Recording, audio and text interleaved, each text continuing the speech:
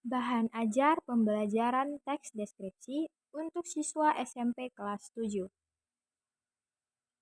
Yang pertama, kita akan memasuki judul dari subtema kita, yaitu mengidentifikasi teks deskripsi.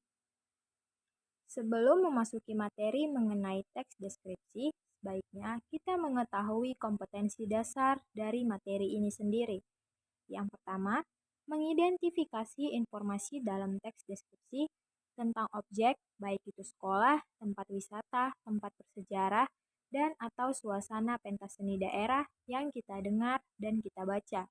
Yang kedua, menjelaskan isi teks deskripsi objek, baik itu juga tempat wisata, tempat bersejarah, pentas seni, kain tradisional, dan juga lain-lain. Dan yang menjadi indikator pencapaian kompetensi dari teks deskripsi ini adalah yang pertama, siswa mampu menentukan ciri umum teks deskripsi dari segi isi dan tujuan komunikasi pada teks yang dibaca atau didengar.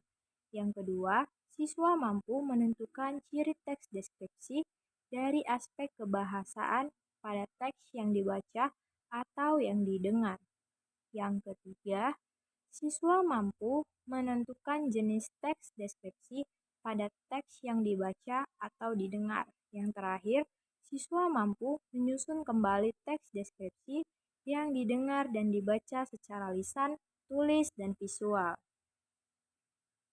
Baik, setelah kita mengetahui kompetensi dasar dan juga indikator pencapaian kompetensinya, kita memasuki pengertian dari teks deskripsi.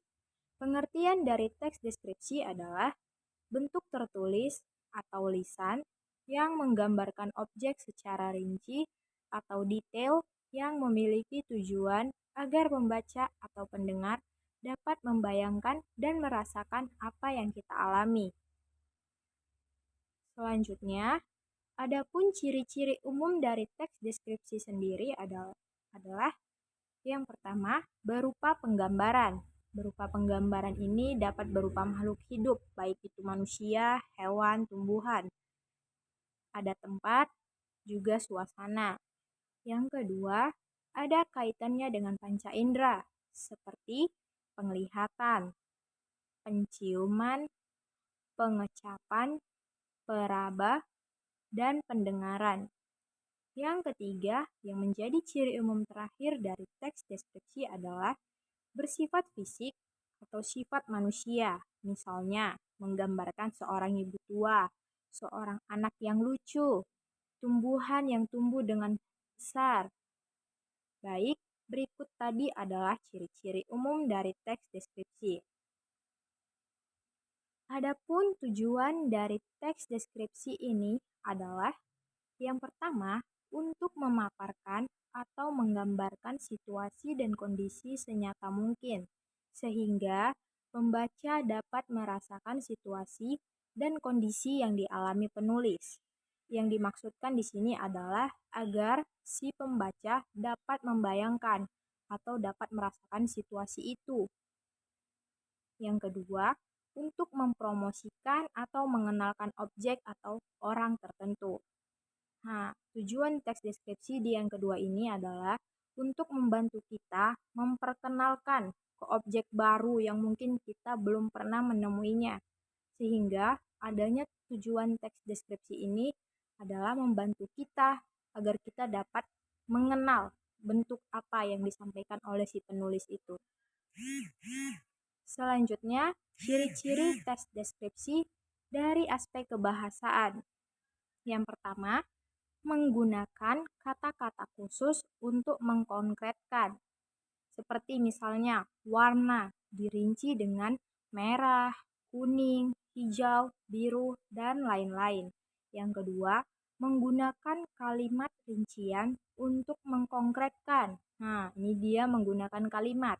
Contohnya, ayahku orang yang sangat baik. Dia bekerja keras dan bertanggung jawab terhadap keluarganya. Dia sangat sayang dan ramah kepada anak-anaknya. Di dalam kalimat ini, dia merincikannya, seperti ayahku seorang yang baik. Dia pekerja keras, bertanggung jawab. Dia sayang dan ramah kepada anak-anaknya.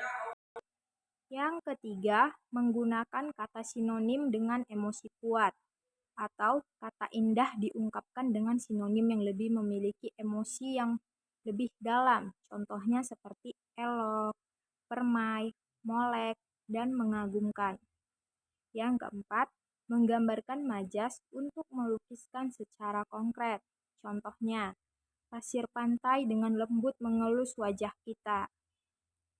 Yang kelima, menggunakan bahasa sehingga pembaca seolah-olah melihat, mendengar, dan merasakan apa yang dideskripsikan. Yang dimaksud pada ciri yang kelima ini adalah bahasa yang digunakan dari teks deskripsi sendiri itu membantu kita agar kita dapat membayangkan apa yang telah dideskripsikan oleh si penulis tersebut. Begitu. Dan yang terakhir, teks deskripsi yang memunculkan kata ganti orang seperti ibuku, keretaku, motorku, mobilku, kucingku. Nah, seperti itu. Selanjutnya, ada jenis-jenis dari teks deskripsi.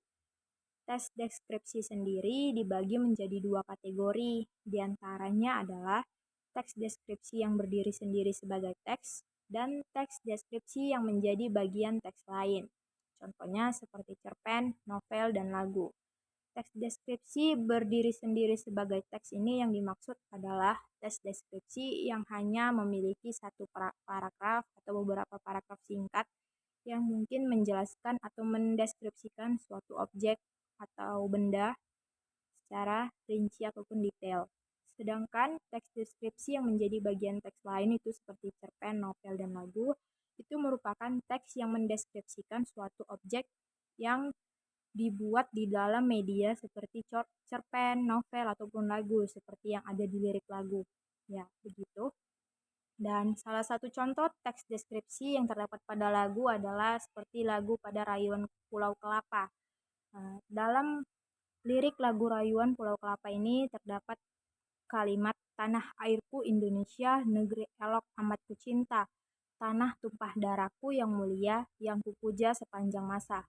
Tanah airku aman dan makmur, pulau kelapa yang amat subur, pulau melati pujaan bangsa sejak dulu kala. Ya, begitu lagu berikut merupakan salah satu contoh yang mendeskripsikan tentang sesuatu yang ada di Indonesia. Seperti pada kalimat kedua yaitu negeri elok amat kucinta. Pada kalimat ini menjelaskan bahwa Indonesia memiliki suasana yang sangat elok, sangat indah, sangat cantik untuk dipandang. Begitu, sekian dan terima kasih atas penjelasan mengenai teks deskripsi dan juga ciri-ciri dan juga jenis-jenisnya. Terima kasih.